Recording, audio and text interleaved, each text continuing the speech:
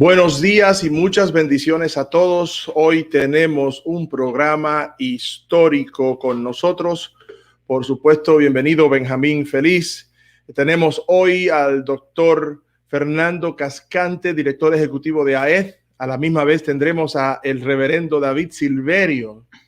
Es parte del equipo de comunicación de México, Centroamérica y el Caribe, que viene a darnos una sorpresa que les tenemos hoy. Y también, por supuesto, al doctor Justo González. Por eso digo que el programa de hoy será, Benjamín, histórico. ¿Qué me dices? Histórico e histérico. Así que, por favor, prepárese. También amanecimos en un país muy convulsionado. Estamos luchando con muchas cosas a la vez. Y esta es una de las preguntas que tendremos para el doctor Justo González, solo para que vean el trasfondo del programa que vamos a estar llevando hoy. Amanecemos hoy con un país convulsionado por la muerte violenta, brutal, manos de la policía, de otro joven negro en los Estados Unidos, lo cual ha encendido la ira del pueblo. Como resultado de eso, un joven de 17 años toma la justicia en sus manos y se alega que ha matado 2 personas, lo cual obviamente enciende más la ira de la comunidad. A eso se le suma la tormenta Laura, que azotó fuertemente anoche y está azotando en este momento los estados de Luisiana y Texas. Y obviamente el COVID-19, que ya ha cobrado casi 180,000 vidas en los Estados Unidos solamente. Entonces, ese es el trasfondo. Es en esa realidad que nosotros llegamos ante ustedes hoy, desde los Estados Unidos, donde nosotros nos encontramos. Saludo a América Latina, un saludo a Europa, todos los que nos siguen. Muchas bendiciones para todos ustedes. Un saludo para David, quien es uno de mis colaboradores clave en este tiempo, y al doctor Cascante también. Así que adelante, Gabriel. Muy bien, David es el primer invitado que tenemos porque David trabaja con nosotros. Nosotros no podemos hacer este programa solo. David trabaja en la parte de diseño gráfico, así que lo que usted ve, la promoción antes del programa la hace David y el trasfondo y los videos del programa lo hace Jonathan Lonsoy desde Perú. Así que David está en la República Dominicana, Jonathan Lonsoy está en Perú y ambos nos ayudan a hacer de este programa un poquito más profesional. David, bienvenido. Dios te bendiga por primera vez en el programa. Saludo a la región central, a mis colegas, comunicadores. Saludo Vidal, saludo Obispo Benjamín. Gracias por la oportunidad. Es más que un honor estar entre ustedes. Reciban un saludo de nuestro supervisor nacional, el Obispo Flavio Rosario. Y cómo dejar de mencionar a mi esposa, Cristal Montero. Gracias. Te aconsejo que no la dejes de mencionar. Sí, pues, si tú quieres un problema, no la menciones. Hoy duermes en la sala. Dinos, ¿qué sorpresa tiene el programa de hoy para toda la audiencia? Sí, mira, nosotros deseamos lanzar el reto para toda la comunidad que está viendo este programa y que ha sido impactada durante este tiempo. Queremos alcanzar 1,000 suscriptores. Yo sé que para la Iglesia de Dios de la Profecía en el mundo, esto es un reto pequeño y yo sé que podemos lograrlo. Los pastores, líderes, desde ya les voy a invitar a que ingresen a YouTube de forma simple. Solo tienes que tener una cuenta de Google o email.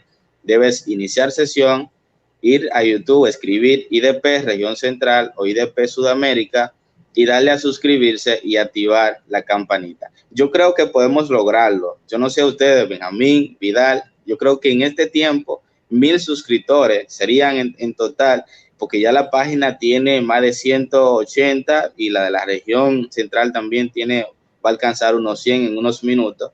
Creo que serían menos. Entonces, desde ya inviten a sus colegas, colaboradores, a que vayan a nuestra página oficial y comiencen a ver el contenido que nosotros estaremos generando. No olviden activar la campanita porque eso es lo que le va a notificar que el programa esté en el aire. Eso es una nueva función que añadió YouTube. Y por lo pronto, uno de los beneficios más esenciales es que estaremos en una comunidad que tiene más de 2.000 millones de seguidores. Imagínense ustedes siendo influencia en tal lugar. Yo sé que será de mucha bendición que ustedes puedan ser parte de esto. Gracias, David. IDP Suramérica, pones el acento en la E si lo quieres encontrar más rápido. No pude evitar poner el acento. Me hubiera gustado hacerlo sin acento para que ustedes tengan mejor acceso, pero ahora no me deja cambiar eso. Queremos que usted se suscriba porque usted no solamente contenido del programa, sino que vamos a estar añadiendo, por ejemplo, las conferencias de liderazgo, los mensajes de las conferencias de liderazgo. Vamos a tener participación de los líderes nacionales. En el caso de IDP Sudamérica, vamos a hacer entrevistas a líderes nacionales que nos digan lo que están haciendo en cada nación y va a ser educativo a la misma vez que esperamos le brinde nuevas ideas a líderes en diferentes países, en iglesias locales, que les ayude a hacer una mejor iglesia, por decirlo así, a hacer mejor iglesia. Así que estamos ya en YouTube. Esta es la primera vez que estamos transmitiendo al mismo tiempo por IDP Región Central en YouTube e IDP Sudamérica con acento en la E para Sudamérica y todo el mundo. Así que por favor, cuando usted se haga miembro, quiero agradecer a los hermanos que se hicieron miembro en IDP Sudamérica. En 2 días llegamos a 700 suscripciones, estamos llegando a las 800, queremos llegar a las 1000 en las 2 páginas y seguir adelante. Pero más bien queremos que usted entre y vea el contenido de las páginas. Esto va a ser de gran bendición a nuestra iglesia, a nuestro liderazgo. Pastores, todos los pastores deben estar inscritos en IDP Sudamérica, IDP Región Central de YouTube, porque ahí es mucho más fácil también, David, de encontrar a los programas. En YouTube desaparecen y ya tú no los ves más, pero en Facebook, pero en YouTube puedes ir y encontrar lo que tú quieras. Y una cosa que vamos a hacer en YouTube es que yo estoy sacando el contenido del mensaje o la presentación de los invitados solamente haciéndolo más corto. No va a ser un programa de 1 hora y media, sino que va a ser algo de 20, 25 minutos. Es la exposición del invitado que vamos a estar presentando en las 2 páginas. Yo tengo que hacerte llegar eso lo antes posible para que lo incorpores en IDP Región Central. Gracias. Sí, David, sí. 1000 suscriptores para esta semana en las 2 páginas. Suscriptores, y creo que lo vamos a lograr. Y antes de finalizar, uno de los principales beneficios que tiene la iglesia, y le invito a todos los líderes que aún sus iglesias de la región central no tienen una cuenta oficial, pues que comiencen a abrirla. Hay jóvenes preparados en sus iglesias que están esperando una oportunidad para desarrollar ese ministerio o escríbanos la región central, que nosotros estamos en ese sentido para servirla. Y como dice el Salmo 19:1, nosotros contamos la gloria de Dios y el firmamento anuncia la obra de sus manos. Dios le bendiga. Muchas gracias, David. Saludos al supervisor nacional y a los hermanos de República Dominicana de la Iglesia de Dios de la Profecía. Gracias. Dios te bendiga. Bye bye. Muchas gracias. También está con nosotros ya el doctor Fernando Cascante, quien nació en Costa Rica, donde estudió en la Universidad de Costa Rica Ciencias Educativas y en el Seminario Bíblico Latinoamericano licenciatura en Teología. Obtuvo una maestría en Educación Cristiana y un doctorado en Educación de la Escuela Presbiteriana de la Educación Cristiana, PSCE. En el 2011 pasó a ser parte de la Asociación para la Educación Teológica Hispana, AE, para trabajar como director de Desarrollo de Liderazgo y como director del Centro de Recursos Justo y Catherine González. Desde mayo del 2014, Fernando funge como director ejecutivo de AED. Es un placer para mí, para Benjamín y para mí presentarles a ustedes al doctor Fernando Cascante. Bienvenido, doctor. Buenos días, buenas tardes, depende de qué parte del mundo nos estén escuchando. El honor es mío, hermano Gabriel y hermano Benjamín, de tener esta ocasión especial de por un lado, colaborar de esta manera, trayendo recursos como el doctor Justo González y otros que dentro de la red de personas que conforman AED, la Asociación para la Educación Teológica Hispana, estamos comprometidos con la formación de líderes, de pastores, hombres y mujeres, jóvenes que están dispuestos a entregar su vida al servicio de la iglesia y llevar a la iglesia al servicio del mundo. Bien lo decía Benjamín cuando nos saludó al principio, vivimos en un mundo que requiere buenas noticias. Y esas buenas noticias solo pueden venir de aquellos que seguimos al que nos trajo la buena noticia del Evangelio, Jesucristo. Y por eso es una ocasión para mí muy importante poder dirigirme a ustedes en distintas partes de América Latina, de Europa, de Estados Unidos, para saludarles en nombre de esta organización fundada hace casi 30 años con el propósito de formar, con el propósito de promover la formación de líderes, hombres y mujeres, de la mejor manera posible. Nuestra visión es que en cada lugar que haya necesidad de un líder, pastor, mujer, joven, estas personas sean capaces de la mejor manera posible. Por eso en AED nos preocupamos por la calidad y la relevancia de los programas que se ofrecen a nuestros líderes, sea en la iglesia local, sea en institutos bíblicos, sea en seminarios. Y estamos muy contentos también de poder decir que el seminario Espíritu y Vida de la Iglesia de Dios de la Profecía está en ese proceso, ya está en etapas avanzadas para lograr la certificación, que es uno de los servicios que AED ofrece a aquellos programas que trabajan seriamente, que están comprometidos a trabajar bajo ciertos estándares de calidad y de relevancia, de manera que quienes estudian no solo tienen la garantía de programas serios, sino que también tienen inclusive la oportunidad para aquellos que quieran seguir estudiando a nivel maestría, que lo puedan hacer. Tenemos también otras formas de servicio, como son reuniones y encuentros en los que podemos participar como este. Tenemos encuentros anuales para hablar de temas que tienen que ver con las necesidades, las realidades de nuestras iglesias y de las comunidades en que nuestras iglesias sirven. Así que yo espero que esta experiencia sea la primera de muchas. Entiendo que tendré la oportunidad de compartir con ustedes desde la perspectiva educativa en octubre, así que anticipo desde ya esa oportunidad para conversar con ustedes sobre el significado de la familia como comunidad de fe, particularmente en estos tiempos de COVID-19. Hay más que decir, pero lo único que quiero dejarles ahora es que si quieren solidarizarse con los esfuerzos que una organización como la nuestra hace en este momento con mayor concentración para líderes hispanos que en estos tiempos están siendo golpeados a nivel económico, a nivel de las posibilidades de estudio, a nivel de acceso a la salud, que si tienen a bien visitar nuestra página y aportar según siente su corazón a este ministerio, los invitamos. El video que van a ver pronto va a decirles lo que hacemos y también dónde pueden encontrarnos. Que Dios les bendiga y espero que este día, este tiempo juntos les animen, les fortalezcan y nos persuadan de lo importante que es servir al Señor en estos tiempos. Que Dios les bendiga. Muchas gracias, doctor Cascante. Para la audiencia, en una reunión que tuvimos recientemente, el obispo Vidal, mi persona, con el obispo García, pues le prometimos que nos íbamos a hacer miembros individuales. Y gracias, lo hicieron. Y fuimos y nos hicimos miembros, así que somos miembros con todos los derechos y privilegios. Amén. Y queremos hacer un llamado a nuestros pastores, un llamado a los pastores de la Iglesia de Dios de la Profecía a nivel mundial, el mundo hispanoparlante. Hágase miembro de AED.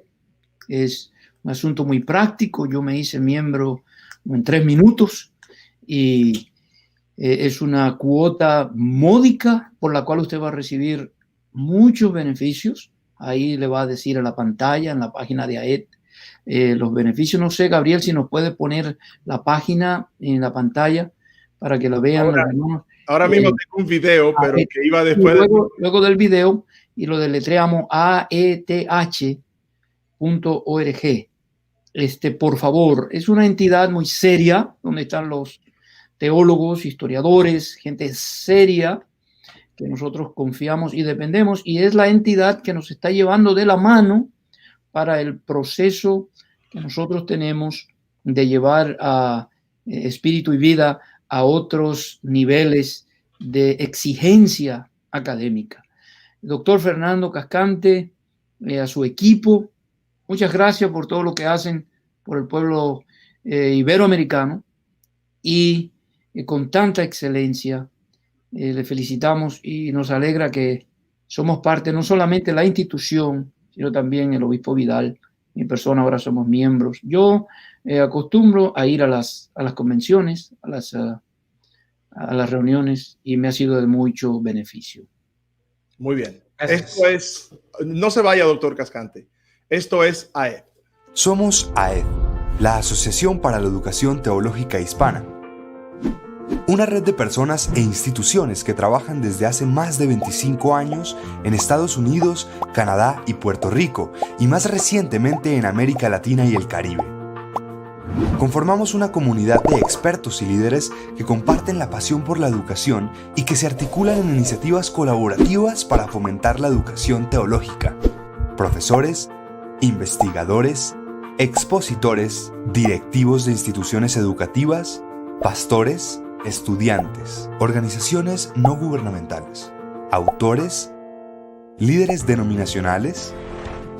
Certificamos la calidad de programas de educación teológica hispana y contribuimos al desarrollo del liderazgo de hombres y mujeres que fortalecen nuestras congregaciones y comunidades por medio de libros, publicaciones, conferencias, exposiciones, talleres. La comunidad hispana latina es afectada intensamente por la discriminación, la violencia y la desigualdad.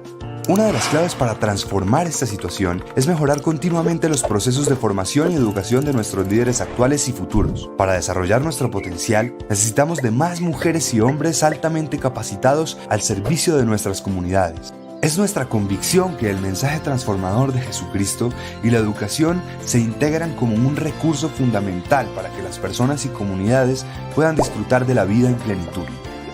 Te invitamos a informarte más sobre nosotros y a que te unas a nuestra red de miembros comprometidos. Únete y sé parte de quienes hacemos el cambio. Visítanos en www.aed.org.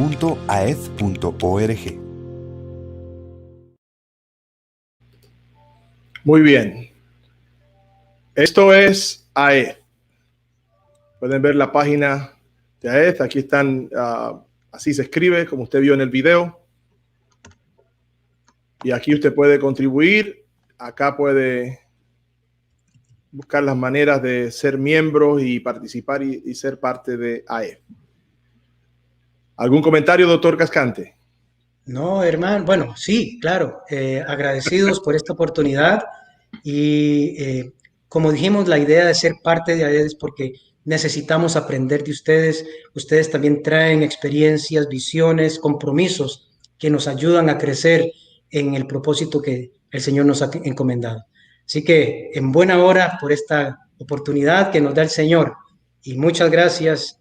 Espero oír de muchos de ustedes como parte de nuestra organización pronto. Seguro que sí. Gracias y no deje de darnos una manita con la espíritu y vida que necesitamos. Estamos esperando en Latinoamérica la certificación para comenzar un proyecto de educación a nivel de los continentes, del continente latinoamericano, confiando en la certificación que AED nos dará. Con mucho gusto. Muchas bendiciones y muchas gracias por estar en el programa, doctor Cascante. Nos vemos en un mes y medio más o menos. Por ahí. Seguro. Bendiciones. Bendiciones. Gracias. Y gracias a José García por hacer los contactos no solo con el doctor Cascante, sino que también con el doctor Justo González. Benjamín, son las 10:59 y hoy tenemos que comenzar a tiempo porque el doctor Justo González ya está con nosotros.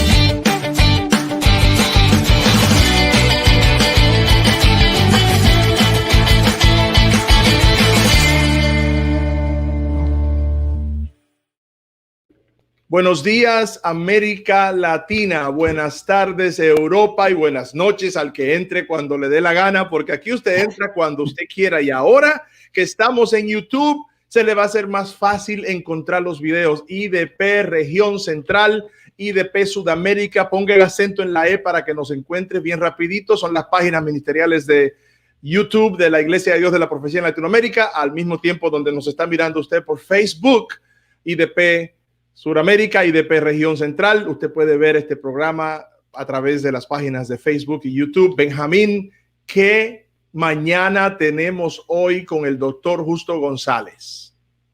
Tenemos una mañana maravillosa para nosotros acá en la costa este, tarde y noche en otras partes del planeta. Para nosotros es de gran bendición poder contar con la presencia del doctor Justo González en nuestro programa. Al principio, cuando decidimos tomar este reto, les prometimos que íbamos a traer personas que nosotros respetamos. El doctor Justo González ha sido mi profesor de historia de la iglesia y su esposa también en el seminario Gordon Conwell cuando nos reuníamos en Santo Domingo. Así que para nosotros es un gran privilegio dejar con ustedes, y tengo aquí conmigo un pequeño librito que a mí me acompaña, que yo lo uso para dos cosas. Lo uso obviamente para alimentar mi cerebro, pero también lo uso para levantar pesas. Es el libro, la historia de la iglesia, para mí la obra más completa que yo he visto, de la autoría del doctor Justo González. Y el doctor Justo González es una persona que no necesita introducción, aunque vamos a ver si Gabriel nos lee una corta. Está en tu correo electrónico. Sí. No deje de compartir, ve buscándolo, no deje de compartir, por favor, porque cuando usted comparte, usted conecta a sus amigos de Facebook con este programa y van a tener la oportunidad de escuchar al doctor y de ver al doctor Justo González, que, como les dije, ya está con nosotros, solo esperando que hagamos la introducción. Es de bendición esa oportunidad que el obispo José García y el doctor Cascante nos han dado de tener al doctor Justo González, que si usted no sabe quién él es, hoy lo va a conocer cuando lo escuche. Así que, Benjamín, ¿estamos listos? El doctor Justo L. González nació y creció en Cuba, donde realizó sus primeros estudios universitarios y de seminario.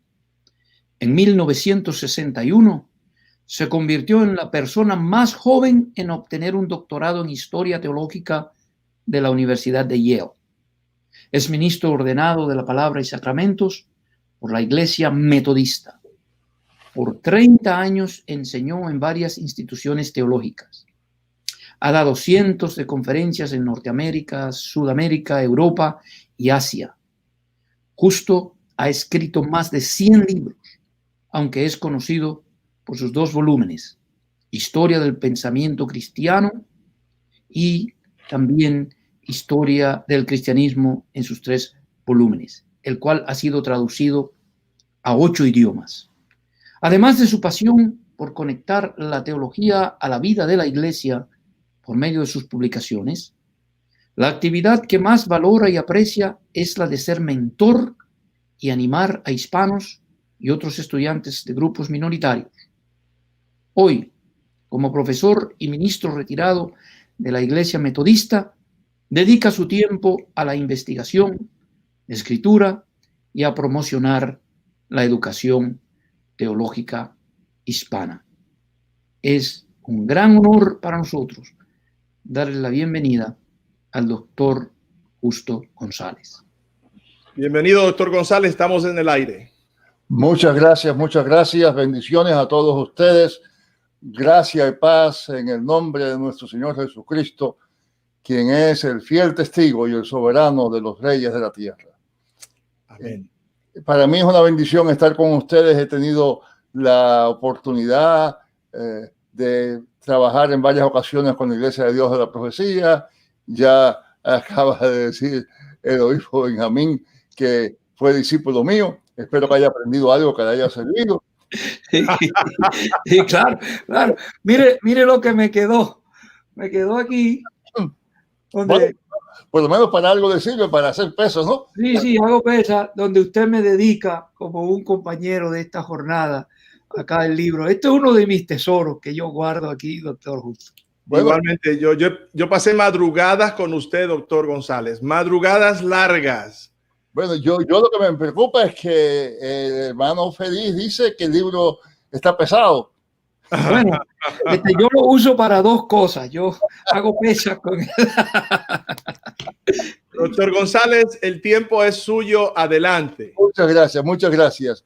Lo que se me ha pedido que discuta con ustedes es el modo, los modos en que la Iglesia en el pasado ha respondido a las plagas y epidemias y algo de lo que eso puede implicar para hoy. Debo empezar diciendo que ese es un tema, la parte histórica, sobre todo la historia de las plagas y todo eso, es un tema que mi esposa ha trabajado más que yo y que por tanto buena parte de lo que diré aquí será en realidad cosecha de su trabajo, más bien que del mío, pero sí trabajamos juntos. Me parece que es importante aclarar que, puesto que se me ha pedido que haga una introducción histórica, voy a decir poco acerca del presente y espero que eso podamos discutirlo en la conversación después, en las discusiones y todo eso. Una cosa que hay que empezar por entender es que hasta fecha relativamente reciente, las epidemias y pestilencias eran una ocurrencia relativamente común. A veces se trataba de un brote limitado en una zona, pero en cualquier local podía súbitamente aparecer una enfermedad que nadie entendía y a eso resultaba en la muerte de un enorme número de personas. Y esa es una dificultad que tenemos, el sentido de que para estudiar esas plagas y pestilencias es difícil porque aquellas personas no tenían los conocimientos científicos de hoy y por tanto lo que sabemos acerca de esas plagas y todo, y desde el punto de vista médico, quiere decir que en realidad es muy poco. Sabemos lo que pasó, sabemos los síntomas, pero los médicos tratan hoy de decir qué fue, pero no podemos decirlo. Naturalmente, como veremos en un momento, la población toda y los cristianos, cuando había uno de esos brotes, se esforzaba en buscar una explicación. ¿Por qué? ¿Por qué la epidemia? Pero en realidad, nadie en la antigüedad y hasta fechas bastante recientes sabía gran cosa acerca de la transmisión de las enfermedades. Nadie tenía la más mínima idea de la existencia de bacterias y de virus. Y luego lo primero que hay que decir es que en cuanto a entender las causas de la enfermedad en términos científicos, los cristianos no tenían ventaja ninguna sobre el resto de la sociedad. Y me parece que es importante también añadir que lo mismo pasa hoy. Muchas veces creemos que porque somos cristianos tenemos que saber explicarlo todo, pero en realidad sabemos mucho menos acerca de las causas inmediatas de una pandemia de lo que saben los científicos del día de hoy. Ahora, dicho todo eso, sí hay algunos casos en la antigüedad y también en la Edad Media acerca de los cuales sí hay suficientes testimonios para discutir este tema que me han pedido que discuta. Muchos casos que pudieran discutirse, pero puesto que el tiempo es corto, me voy a concentrar en dos. En primer lugar, la plaga que se desató en el Imperio Romano a mediados del siglo III. Y en segundo lugar, lo que se llama la Gran Peste, la peste bubónica, la muerte negra, que barrió a Europa a fines de la Edad Media, poco antes de la Reforma. Vamos a empezar por lo que pasó en el siglo III. Era una época en que la iglesia no era sino una minoría perseguida, repudiada por la sociedad, se le echaba la culpa de todo lo que acontecía. Y una de nuestras principales fuentes para saber lo que pasó es un señor de nombre Cipriano, hermano nuestro en Jesucristo. Había sido recientemente bautizado y en el año 249 la iglesia de Cartago, eso es una ciudad que era muy grande al norte de África, en Tunisia. Pues la iglesia de Cartago le eligió a Cipriano para que fuera su obispo.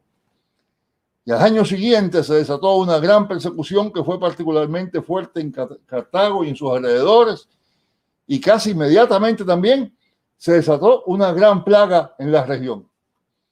Y ese fue el inicio de una pandemia que duró más de 10 años y que afectó a todo el Imperio Romano. Buscando explicaciones, como siempre sucede en tales casos, se culpaba a los cristianos por la plaga. Después de todo, no eran los cristianos quienes habían abandonado a los dioses que hicieron grande a Roma. Y en respuesta a esas acusaciones, Cipriano escribió 2 tratados que han llegado a nuestros días, varias cartas, y a través de todo eso sabemos acerca de la plaga y lo que sucedió. La importancia de esos escritos de Cipriano es tal que hasta el día de hoy, cuando los historiadores hablan de aquella plaga, la llaman la plaga de Cipriano. El pobre Cipriano no tuvo la culpa de nada de eso, sino que sencillamente se llama así porque lo que sabemos acerca de aquella enfermedad lo sabemos especialmente a través de él. Varios autores modernos han tratado de explicar, de saber en qué consistía aquella enfermedad. En su mayoría han concluido que era algún virus que pasó a la raza humana de algún animal. Pero cualquier cosa que haya sido, ciertamente esa nueva enfermedad se difundió rápidamente, produciendo numerosas muertes y llevando a enormes consecuencias sociales. Entre la generalidad de la población, mayormente paganos, la plaga fue tal que muchos abandonaban a sus parientes, hasta a sus padres, a sus hijos, los dejaban solos en su casa para que murieran y ellos huían. Eso había sucedido repetidamente en otras epidemias, pero ahora fue tan grande el problema que se cuenta que las calles estaban llenas de cadáveres, de gente moribunda. Y en aquella trágica situación, los cristianos se comportaron de una manera muy diferente. Mientras los paganos huían, hasta de sus propias familias, los cristianos, alentados precisamente por su obispo, por Cipriano, se dedicaron a ayudar a los vecinos, a ocuparse de los enfermos, a enterrar a los muertos, sin importarles si esas personas eran creyentes o si no lo eran. Cipriano también se planteó la pregunta de por qué era que los cristianos sufrían en la plaga al igual que los paganos. ¿No se supone que Dios nos proteja? Su respuesta es que uno no se hace cristiano para evitar el sufrimiento. Jesús es un Señor que sufrió y que nos llama también a sufrir con Él. Y además de eso, dice Cipriano, tanto quienes son cristianos como quienes no lo son, todos somos parte de una gran familia humana y lo que afecta a unos afecta también a los demás. Él dice, buenos y malos, todos habitamos dentro de una misma casa. Todo lo que sucede dentro de ella nos afecta a todos por igual. Y la diferencia está, dice él con razón, la diferencia está en que aunque los cristianos sufran igual que los demás, su fe puede fortalecerse en medio de ese sufrimiento, mientras que los demás no pueden hacer más que lamentar lo malo que les acontece. Y además de eso, su fe también les ayuda a enfrentarse con esperanza indestructible a lo peor que pueda suceder. Y para que vean el tamaño de aquella pandemia, en la próxima década, ahora en la ciudad de Alejandría, al otro extremo de África, en la desembocadura del río Nilo en Egipto, el obispo de aquella ciudad, un señor de nombre Dionisio, escribió acerca de cómo su pueblo había sufrido persecuciones y guerra civil, ¿no? Y ahora se enfrentaba a la pestilencia que había llegado. Un siglo más tarde, un famoso historiador de la iglesia, Eusebio de Cesarea, hablando de lo que había pasado allá en Alejandría, dice, y lo voy a citar, dice que se apartaban los paganos, se apartaban de los que empezaban a enfermar y rehuían hasta los más queridos. Y hasta arrojaban a los moribundos a las calles y cadáveres insepultos a la basura. Y en contraste, dice él, muchos de los cristianos, dice, visitaban a los enfermos, les servían con abundancia, los cuidaban en Cristo y hasta morían contentísimos con ellos, contagiados por el mal de los otros, atrayendo sobre sí la enfermedad del prójimo y asumiendo voluntariamente sus dolores. Durante todo ese tiempo y en parte a causa precisamente de la plaga, la iglesia iba creando estructuras locales para ayudar a los enfermos, sobre todo a los enfermos pobres. Por lo general, eso era tarea de los diáconos, tanto varones como mujeres. Y lo hacían entendiendo que esa era parte esencial, inevitable de la misión de la iglesia misma. Ahora, poco después de eso, en el próximo siglo, el siglo IV, las cosas cambiaron. La iglesia que hasta entonces estaba perseguida, ahora empezó a recibir el apoyo del Estado, tanto para bien como para mal. De eso podemos hablar otro día, si me dan la oportunidad. Las obras de caridad de la iglesia ahora se expandieron con el resultado de que surgieron los primeros hospitales, normalmente al cuidado de los monásticos, monjes. Por largo tiempo quienes servían de médico eran principalmente los herbalistas de los monasterios, expertos en plantas medicinales y en otras curas. Y se les llamaba enfermeros, de donde viene la palabra de hoy, porque se ocupaban de los enfermos. Ahora, en medio de todo eso, no había dónde estudiar medicina, no se estudiaba nada de medicina para nada, solamente los herbalistas eran los que sabían algo de algo, y no fue sino bastante después, a principios del siglo XIII, acuérdense que Cipriano estaba en el tercero, estamos hablando ahora de 1000 años, de 1000 años después, ¿verdad? A principios del siglo XIII se establecieron las primeras facultades de medicina en las universidades que iban surgiendo en Europa. Pero fue precisamente en ese siglo XIII, el punto culminante de la Edad Media, el momento de gloria de la Edad Media, fue en esa época, cuando todo parecía muy bien, que apareció la peor pandemia en más de 1000 años. La plaga bubónica, también llamada la muerte negra. La enfermedad se complicó porque en ese mismo tiempo hubo un cambio climático en Europa que hoy recibe el nombre de la pequeña edad glacial.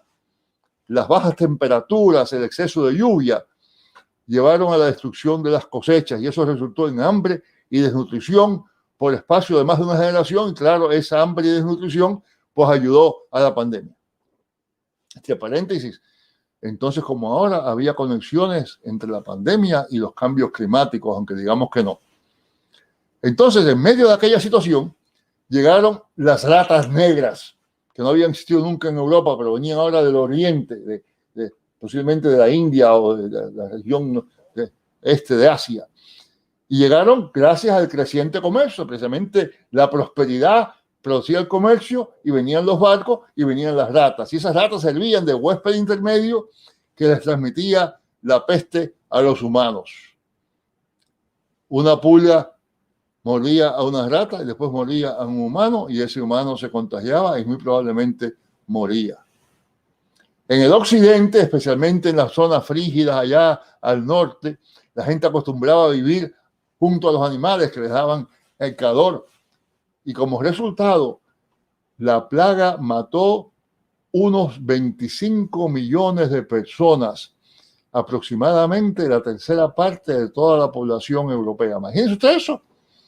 Imagínese usted 1 de cada 3 personas muertas. Y lo demás, claro, viviendo en temor, no sabiendo lo que está pasando. Y viviendo en un desorden económico, un desastre terrible, porque no había quien produjera, porque no había quien distribuyera, etcétera, etcétera. Ahora, ¿cómo respondieron los cristianos a todo eso? Bueno, al hacerse esa pregunta hay que empezar por aclarar que en esa época, ya en el siglo XIII, por lo menos nominalmente, prácticamente toda la población era cristiana, con la principal excepción de los judíos. Luego quizás sería mejor hablar en términos de la respuesta de los líderes de la iglesia a la pandemia bubónica. Cuando planteamos esa pregunta, la respuesta tiene que ser mixta. Hubo comentarios y quejas acerca de sacerdotes que abandonaron a sus rebaños, que se fueron allá al monte para no contagiarse, que se negaban a ofrecer los últimos ritos, a acompañar a los moribundos por temor al contagio. Pero la otra cosa que también hay que darse cuenta es que la proporción de mortandad entre los sacerdotes y los monásticos es bastante más alta que la del público en general. Si en el público general murió 1 de cada 3 personas, entre los sacerdotes murió 1 de cada 2,5 sacerdotes. Y eso parece señalar que entre el clero y los monásticos, algunos, bastantes, respondieron con acciones de amor, incluso poniendo sus vidas en peligro. Mientras otros se apartaron de los enfermos, como lo hacía buena parte de la población, y fue contra esa gente que hubo quejas y toda clase de comentarios. Ahora, parte del contraste entre esto y el siglo III se debe a que en aquella época el hecho mismo de declararse cristiano ponía al creyente en peligro de persecución y martirio. Allá en aquel tiempo de la pandemia del siglo III, resultaba claro que unos eran cristianos y otros no. Y para ser cristiano había que estar dispuesto hasta morir como mártir. Pero en tiempos de la peste bubónica, cuando prácticamente toda la población era cristiana y ser parte de la iglesia no parecía ser ninguna cosa difícil, muy difícil, no constituía peligro ninguno, el compromiso también era menor. Y por tanto era también menor la proporción de personas que estaban dispuestas a arriesgarse ayudando a los enfermos y moribundos. En medio de aquella situación a fines de la Edad Media, la respuesta de la iglesia fue generalmente que Dios había mandado la plaga a causa del pecado del pueblo. Y a eso, claro, sería fácilmente posible responder también que la iglesia, que Dios había mandado la plaga como castigo, sí, pero no castigo del pueblo, sino castigo de la institución eclesiástica y de sus líderes, porque la plaga llegó en una época en que los papas se habían mudado a una ciudad cerca de Francia y Francia dominaba toda la política del papa, y a eso siguió entonces un gran cisma, un periodo en que hubo 2 papas y a veces hasta 3 peleando unos con otros. Y hay un contraste marcado entre el modo en que la iglesia respondió a la peste bubónica y lo que siglos antes Cipriano había dicho, en el sentido de que todos somos una sola humanidad y por tanto sufrimos conjuntamente todas las tragedias humanas. Ciertamente Cipriano creía, estaba convencido de que la providencia divina gobernaba el mundo, pero no estaba dispuesto a culpar a Dios por la pandemia, ni a declarar que Dios estaba castigando al grupo particular mediante esa plaga. Tanto los buenos como los malos, tanto los cristianos como los paganos, todos sufren igualmente bajo la pandemia. En una palabra, mientras Cipriano no pretendía explicar la causa de la pandemia, la iglesia de fines de la Edad Media sí trató de hacerlo y buscar entonces a quién culpar.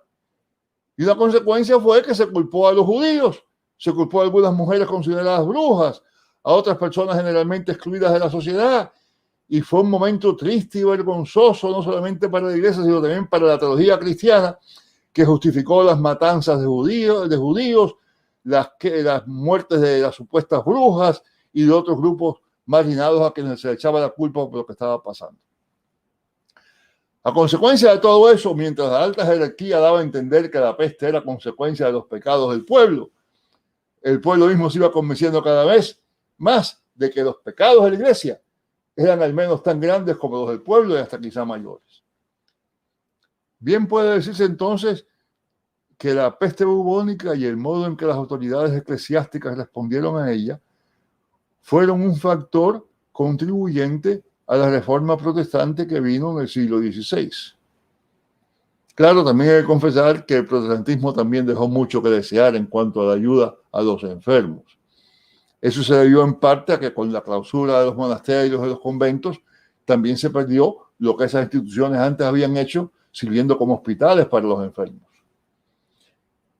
Ahora, en tiempos más recientes, llegado al siglo XX, ha habido también pandemias, epidemias serias. Una de ellas fue la mal llamada influencia española, otra vez echando la culpa a España, que España no fue la causante, ni fue en España que surgió la cosa, pero había que echarle la culpa a alguien.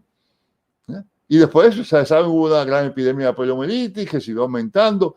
En ambos casos, en parte porque la población estaba acostumbrada a los sacrificios necesarios durante las grandes guerras, en la mayoría de los países esa población se mostró dispuesta a tomar medidas difíciles para detener las epidemias. Y recuerdo otra vez lo que estaba diciendo antes, ¿verdad? Que aquellos cristianos del siglo III que estaban esperando y sabiendo que posiblemente iban a sufrir, estaban mucho más dispuestos, mucho más preparados a pagar el precio que había que pagar en medio de la epidemia, que los del siglo XIII creían que estaban en el momento crucial, un gran momento de gloria, que todo estaba bien, la economía estaba floreciendo y de momento llega la epidemia. La otra gran epidemia de fines del siglo pasado fue la del SIDA, que todavía continúa. Hablamos de la influenza española. En aquella influenza murieron entre 20 y 30 millones de personas, mientras que los muertos de SIDA van llegando ya ahora a los 80 millones.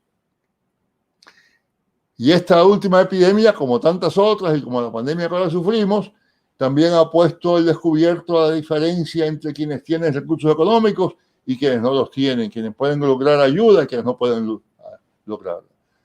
La respuesta de las iglesias al SIDA es interesante, ¿no? Puesto que al principio la enfermedad se asociaba exclusivamente con la homosexualidad. Hubo muchos cristianos, muchos líderes, iglesias enteras dispuestas a decir que la epidemia era un castigo de Dios contra los homosexuales. Después, cuando se descubrió que el uso de drogas era otro medio importante de transmisión de la enfermedad, todavía muchos cristianos podían decir, bueno, es castigo de Dios por lo que hace. Pero cuando la epidemia se extendió a otras personas, particularmente a enormes números de niños recién nacidos, esas explicaciones fáciles perdieron su credibilidad.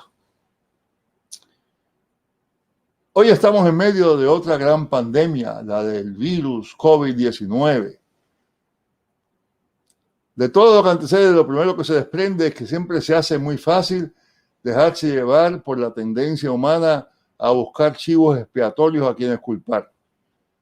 Acá donde yo vivo, el presidente del país le llama al COVID el virus chino, aunque los científicos están diciendo que no es muy seguro que haya surgido en China originalmente. Quizá ahora, después de toda esa historia, deberíamos volver a considerar lo que Cipriano dijo en aquella otra gran pandemia en el siglo III. Tenemos que decir ante todos que el ser creyentes no nos libra del sufrimiento ni de la tragedia, pues todos somos parte de la gran familia humana. Eso no es fácil, porque frecuentemente nuestra propia predicación ha presentado a la fe cristiana casi como si fuera un amuleto que te va a salvar de todo mal. También podemos decir, en segundo lugar, que el creyente sí tiene la oportunidad de ver su propio dolor dentro de un contexto de fe y esperanza, y que eso hace que el sufrimiento cobre una dimensión diferente, y que eso hace que siempre tras el dolor y tras la muerte siempre queda la esperanza, la seguridad en el Dios que es nuestro Señor y que sabemos que nos ama. En tercer lugar, y esto quizás es lo más difícil, podemos y tenemos que decir que no sabemos por qué se ha desatado la pandemia.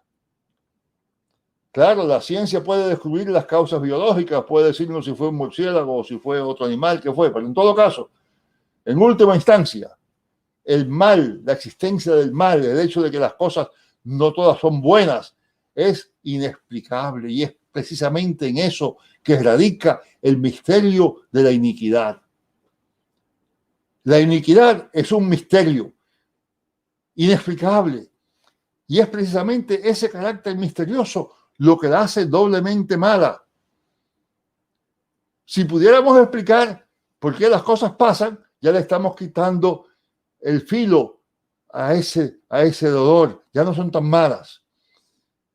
Pero la verdad es que no podemos explicar, y tenemos que reconocer eso, porque solamente así escaparemos a la tendencia de buscar explicaciones fáciles y chivos expiatorios y descargar en ellos la culpa por todo lo que acontece.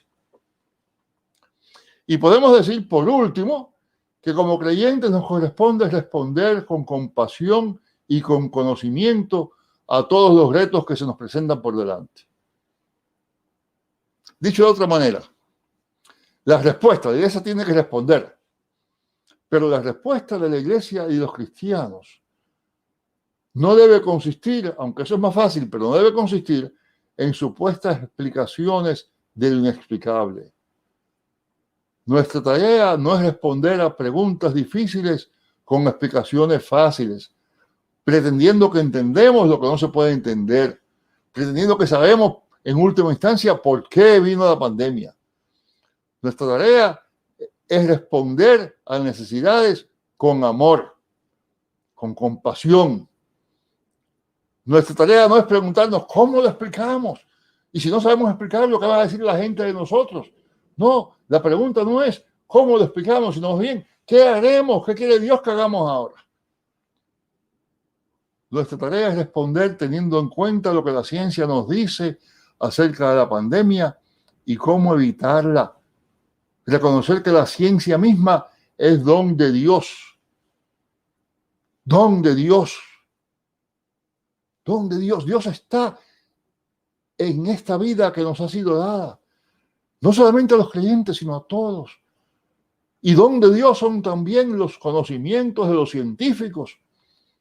Don de Dios son todas esas personas afligidas, tensas, desamparadas, enfermas, moribundas. Don de Dios es la fe por la que vivimos. Y porque todo ello es don de Dios, nuestra fe reclama que seamos fieles a ese mismo Dios en todo ello. Así sea, y Dios le bendiga mucho. Muchas gracias, querido profesor. Escucharlo a usted realmente es una bendición. No quisiéramos que parara nunca, pero esto es así, hay que ponerle un tiempo específico.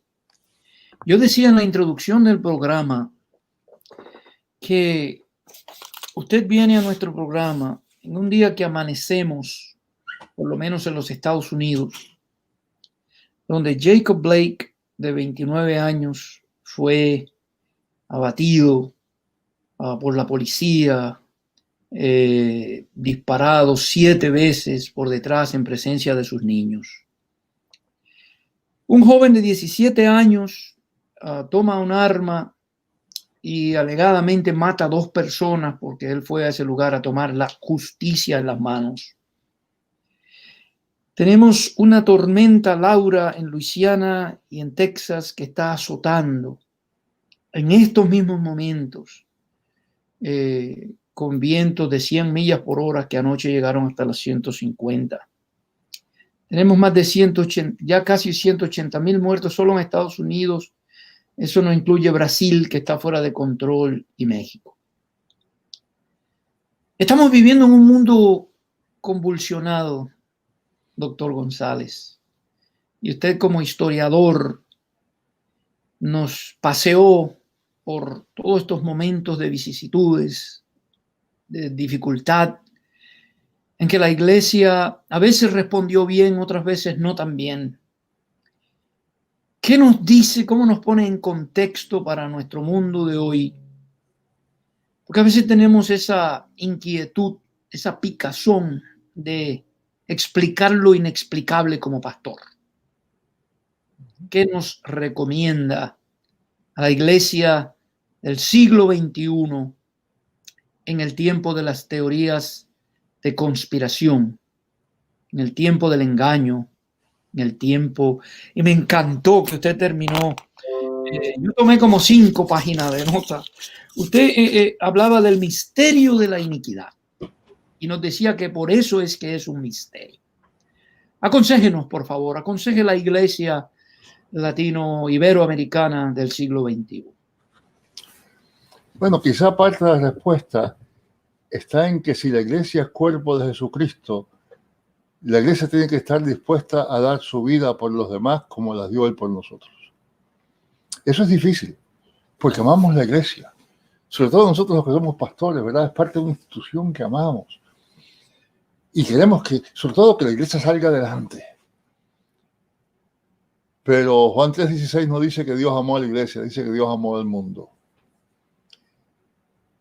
Y precisamente porque ese Dios nos amó, nosotros tenemos la obligación de amar al mundo. Luego, la primera preocupación no debe ser ¿qué hace la iglesia? ¿Qué dice la iglesia? ¿Cómo nos arreglamos para que se vea que somos buenos? Que se vea que entendemos las cosas, que tenemos una visión particular que puede explicarlo todo. Tenemos que estar dispuestos a ser humildes, a decirle a una persona que sufre: mira, yo no sé por qué razón eso sucede, pero estoy contigo. No decirle, no te preocupes, que al fin y al cabo, todo esto se resuelve al fin y al cabo, estamos contigo. Y me parece que uno de los problemas que yo veo con respecto a no solamente a la pandemia, sino a todas estas cuestiones, es que veo a la iglesia muchas veces muy preocupada por sí misma y menos preocupada por el mundo en torno de ella. Y la iglesia no solamente tiene que dar buenas nuevas, la iglesia tiene que ser buenas nuevas. Dar buenas nuevas es muy fácil, ¿verdad? Es como, mira, fulanito, te enteraste. Ser buenas nuevas es más difícil, es decir, aquí estoy. Y me parece que la pregunta está, ¿cómo es que la iglesia puede decir aquí estoy? Claro, tomando en cuenta que la ciencia misma nos está diciendo que el distanciamiento social es importante, que lo mejor que hacemos no es ir a visitar a todos los enfermos, como en otros casos, ¿verdad? Pero teniendo todo eso en cuenta, ¿cómo podemos decir aquí estoy? Y eso es lo importante, me parece a mí.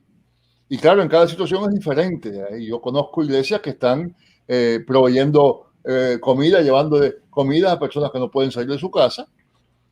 Conozco iglesias que están ocupándose de que los enfermos que están abandonados porque son ancianos que no tienen familia y demás, tienen contacto a través del teléfono visual y todo eso, porque no se puede ir a los hospitales.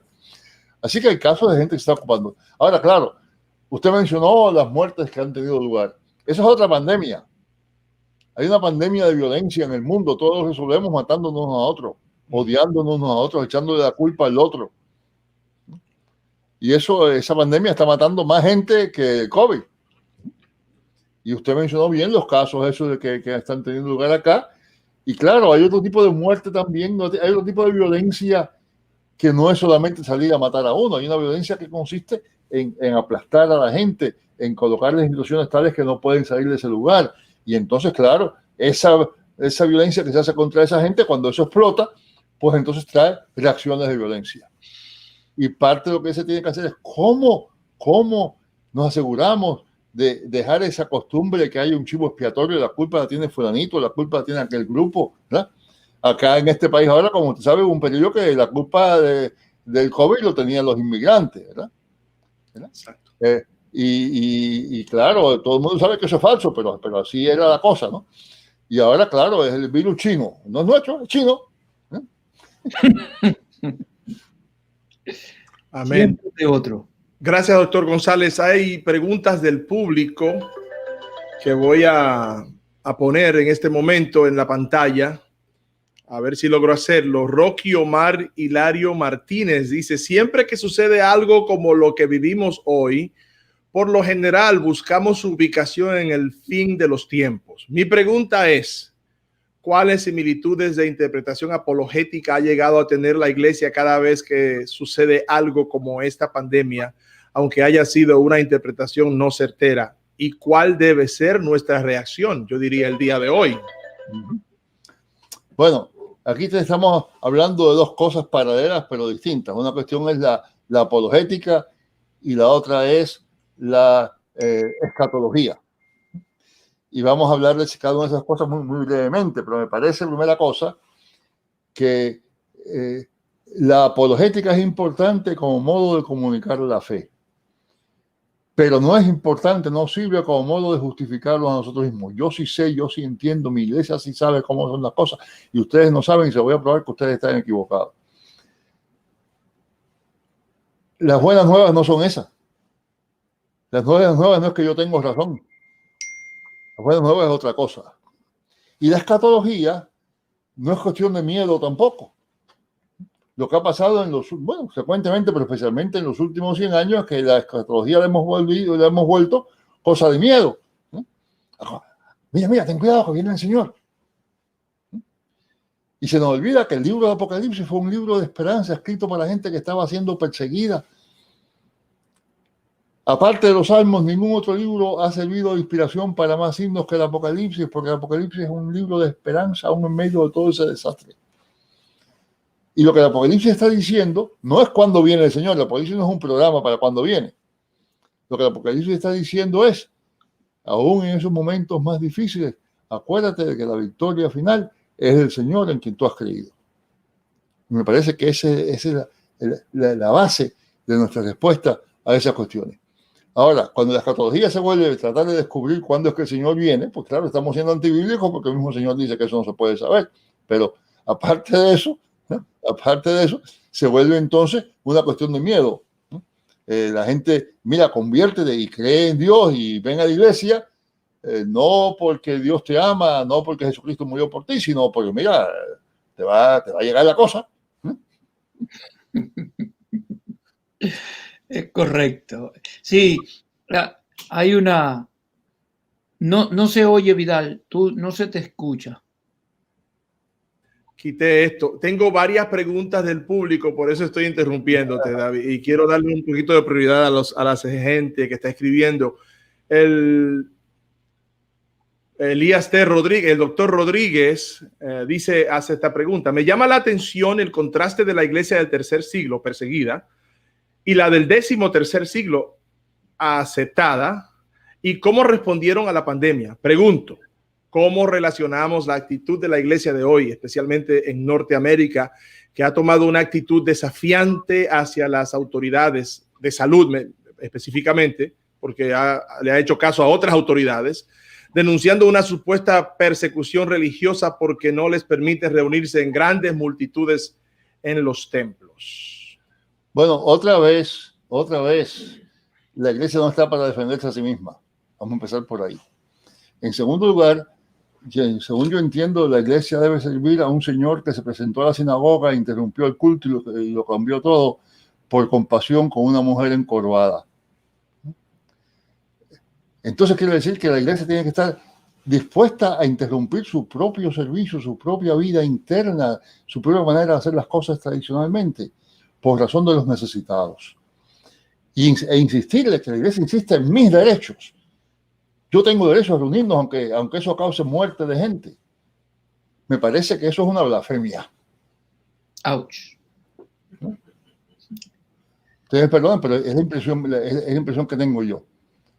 Me parece que lo que la iglesia tiene que decir es sencillamente: estamos con el pueblo que sufre, lo que sea mejor para el pueblo que sufre es lo que vamos a hacer, porque nuestra respuesta tiene que ser una respuesta de compasión, de acompañamiento, de estar junto a la gente que está sufriendo, no juntos en sentido físico. Ese es el problema, ¿verdad? Que ahora confundimos las dos cosas.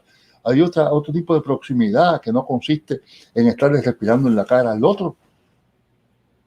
Y sin embargo, me parece que diría Jesús si llega a una de esas iglesias nuestras y nos ve ahí a todos cantando y muy contentos, abordando y todo eso, y esparciendo virus por todas partes. ¿Y qué diría él? Diría: mira qué bueno que me están adorando. O diría algo parecido a lo que dijo aquellos jefes de la sinagoga en aquellos días. Gracias, doctor. Está con nosotros el pastor David Bruno desde Stanton, California. Está en vivo con nosotros en el programa y tiene una pregunta para usted. Adelante, David. Buenos días, compañero. Buenos días a toda la audiencia. Doctor Justo González, un gusto mirar y escuchar sus reflexiones. Quiero simplemente solicitarle qué reflexión usted nos hace cuando bien ha dicho en su exposición que el ser cristiano, la iglesia del primer siglo entendía que no significaba estar excluido de los sufrimientos. Y en este tiempo y en este programa se ha reflexionado mucho a veces que somos no solamente escapistas, sino que a veces intentamos ser superhéroes, donde todo es victoria y a veces negamos esa parte de sufrimiento, esa parte de la adversidad. ¿Qué reflexión usted nos puede hacer, doctor Justo González? Bueno, hay muchas cosas que se podrían decir. Yo empezaría por ir al capítulo 11 de Hebreo, ¿verdad? Donde se habla de la fe que hizo que uno, ¿verdad? Se salvaran de esto, salvaran de aquellos, pasaron por el fuego. Pero después hay otro que dice: y otros, por la misma fe, fueron muertos, aserrados, apedreados, etcétera, etcétera. Así que la fe no garantiza que a usted no le va a pasar nada de eso. Al contrario, los cristianos de aquella época del siglo III sabían que lo más probable es que les pasara precisamente porque tenían fe.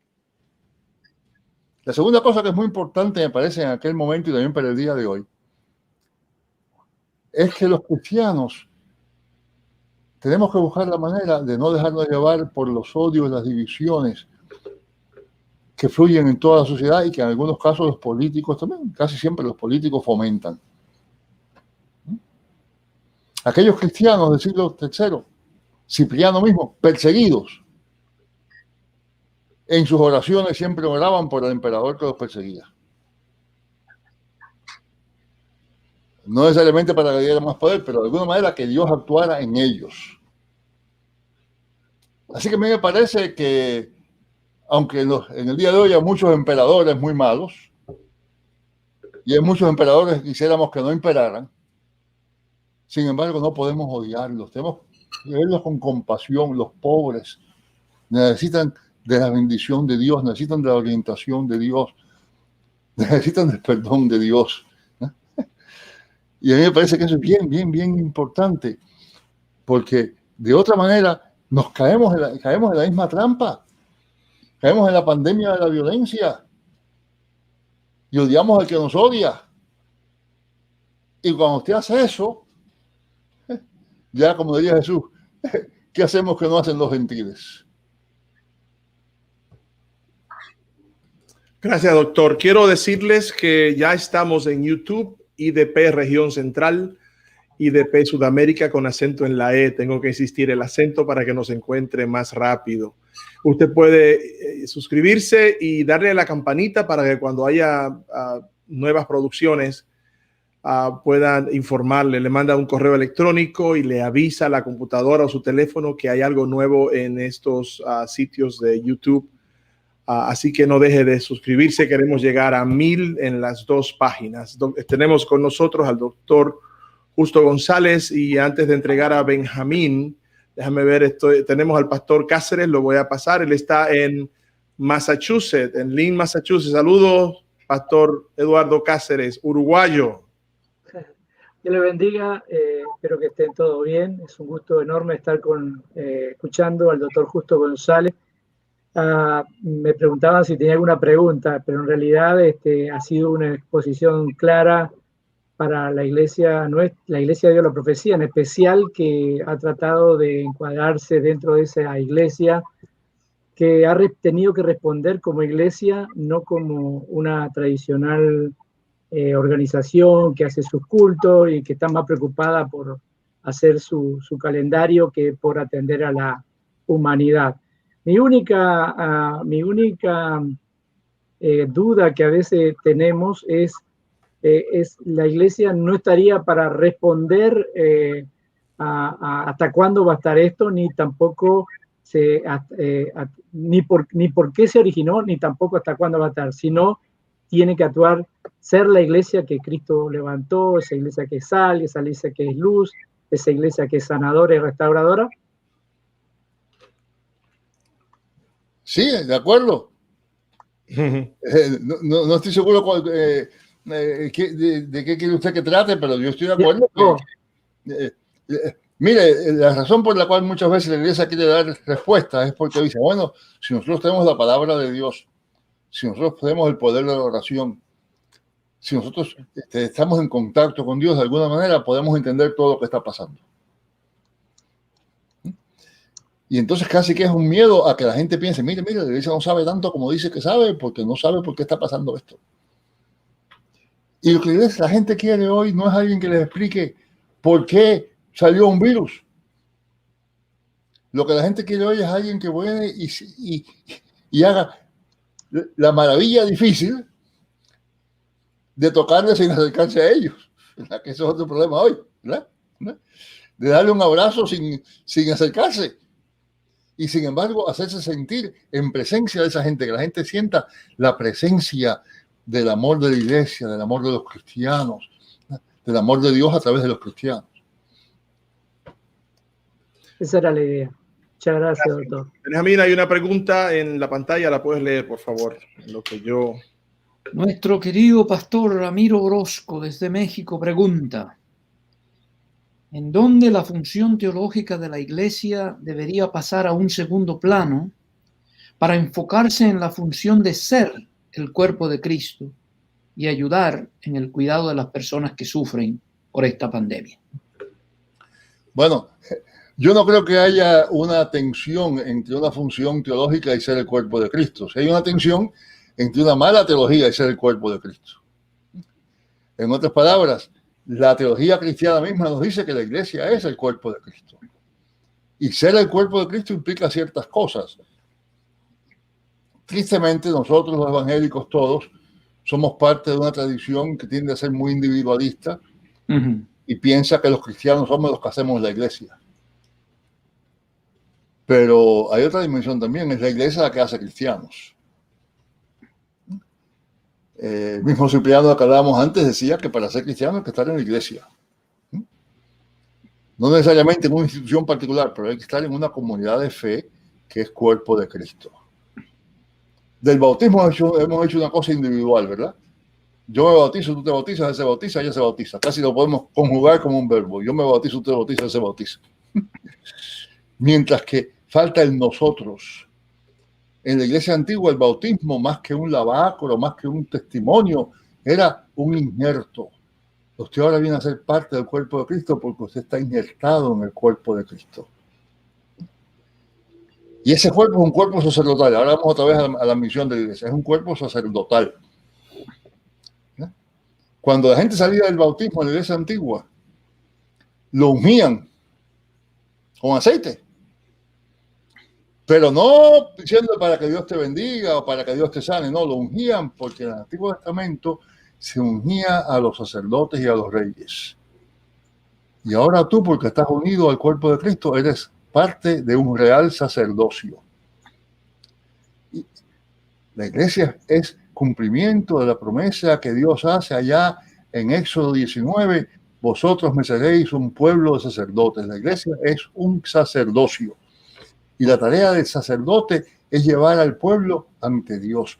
Y así que la tarea de la iglesia es llevar al pueblo ante Dios. Preguntamos, ¿qué es lo que puede hacer la iglesia en la pandemia? Lo primero que podemos hacer, lo que no podemos olvidar es orar. Orar no por nosotros, orar no por la iglesia,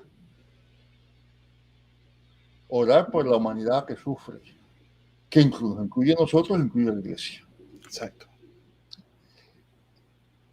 Y yo me pregunto si en realidad la iglesia, en medio de toda esta confusión, está verdaderamente levantando el clamor que le corresponde a un pueblo sacerdotal. Y si no lo hace, es por mala teología. Yo pienso, doctor González, que la iglesia del siglo XXI está un poco confundida en cuanto a su rol, en cuanto a ese rol. Decía Pablo, levanten manos, levanten plegarias, oren. La iglesia como comunidad de intercesión. La iglesia ha sido seducida, y eso lo podemos ver. Hablo más de aquí, del este, hablo de esta parte donde nosotros vivimos, Estados Unidos, donde se dice que 2 millones de personas abandonan el asistir a la iglesia cada año. Ha sido seducida a querer tomar luchas que no le corresponden y ha abandonado aquellas que sí le corresponden. Esa función terapéutica, esa función sacerdotal, esa función intercesora. Como usted decía, orar por el presidente, me guste o no, pobrecito. Hay una canción que a mí me gusta, dice, pobrecito mi patrón, piensa que el pobre soy yo. Entonces, entonces nosotros en ese rol, cualquier teoría, mira, me dio mucha indignación en estos días donde un día el gobierno era el faraón y el otro día era el César, en un artículo, un capítulo de un libro que estoy escribiendo. Todas estas teorías de conspiración, que mi siervo Ciro, un día el presidente Ciro, otro día qué sé yo quién es. Entonces, y la iglesia abandona su rol bíblico, histórico, y asume roles porque está seducida y yo diría rehén, a veces de un partido político, a veces de una tendencia. Entonces, ¿qué usted me dice de esta seducción de la iglesia?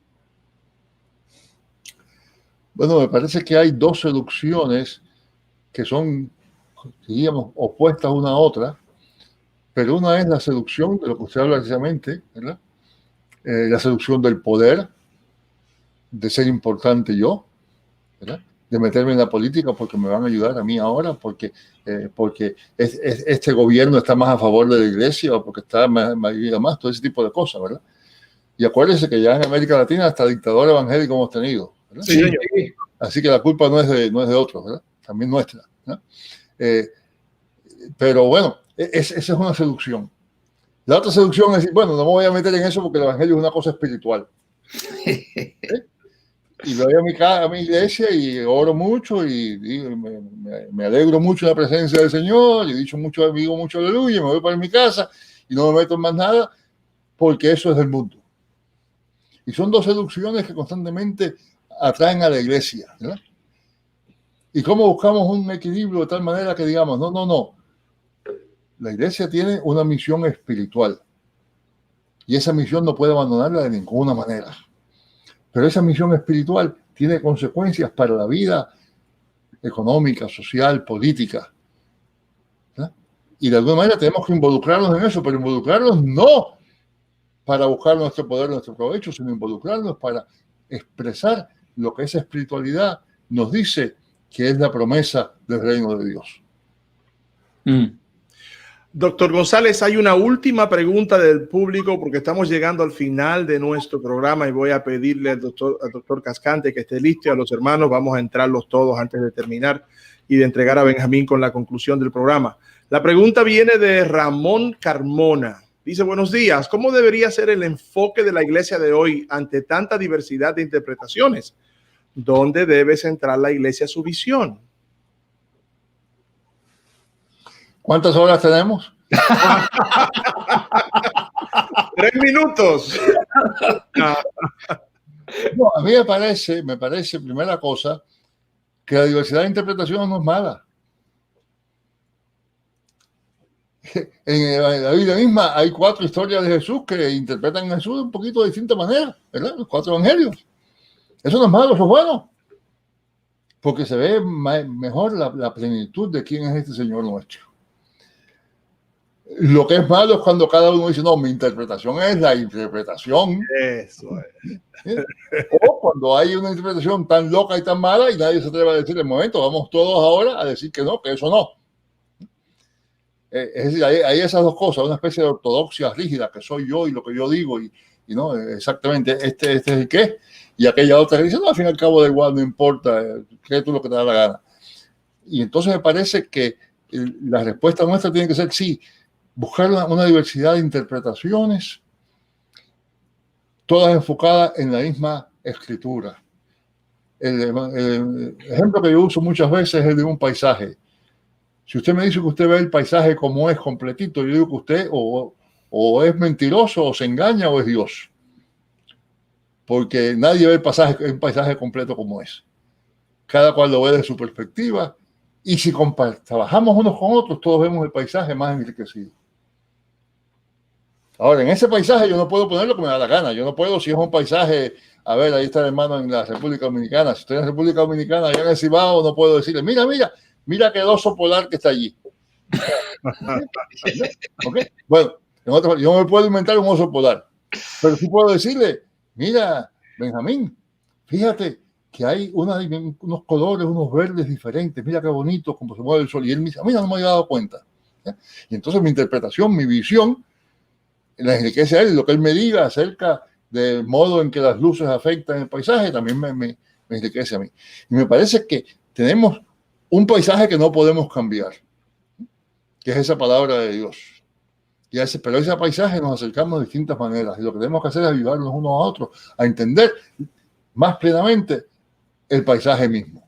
Sin pretender, yo lo veo todo, y también sin inventarnos osos polares en la República Dominicana. Gracias, doctor González. Tenemos también al doctor Fernando Cascante, que ha estado con nosotros desde el principio. Díganos, ¿hay algún nuevo libro del doctor González en camino? Bueno, tenemos producido recientemente un libro que se llama Conoce tu fe, Cristianismo para el siglo XXI.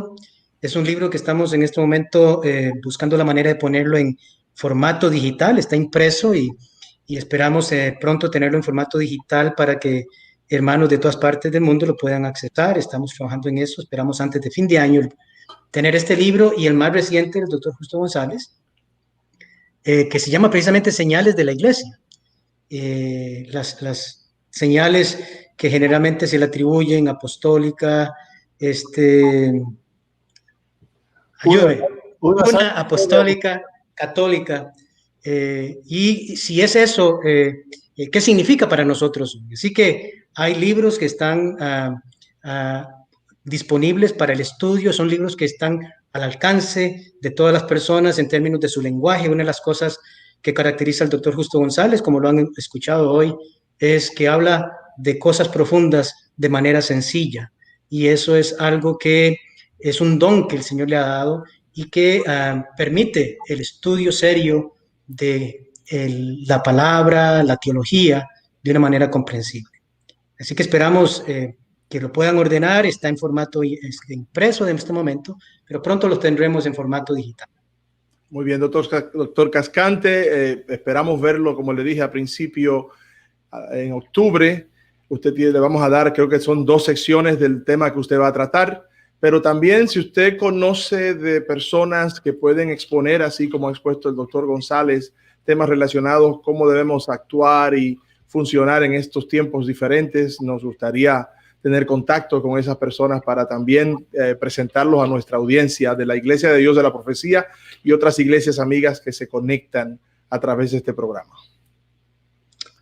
Así lo haremos, estaremos en contacto. Muchas gracias, doctor González. No se vaya ninguno de los dos. Ahora entrego a Benjamín con la conclusión del programa, a menos que tenga alguna pregunta, Benjamín. No, digo como dijo Eduardo, todo dicho. Todo dicho. Adelante. No sabe usted, doctor González, cuántas veces he usado esa explicación suya de los 4 evangelios y las perspectivas. Muchas gracias. Vivimos en un mundo convulsionado. Y este mundo espera la manifestación de los hijos de Dios, la manifestación de la iglesia. No espera que nosotros nos suscribamos o que seamos tomados rehén por un partido político. No espera tampoco este mundo, porque ya está hastiado de falsas explicaciones y de falsas teorías de conspiración. Este mundo necesita el shalom de Dios. Este mundo necesita la paz de Dios. Este mundo necesita desesperadamente: venga tu reino. No es necesario que tengamos todas las respuestas o que tengamos el síndrome del chapulín colorado, tenerlo todo fríamente calculado, o de no contaban con mi astucia. No es eso lo que se espera de la iglesia. El doctor Justo González nos habló de manera magistral.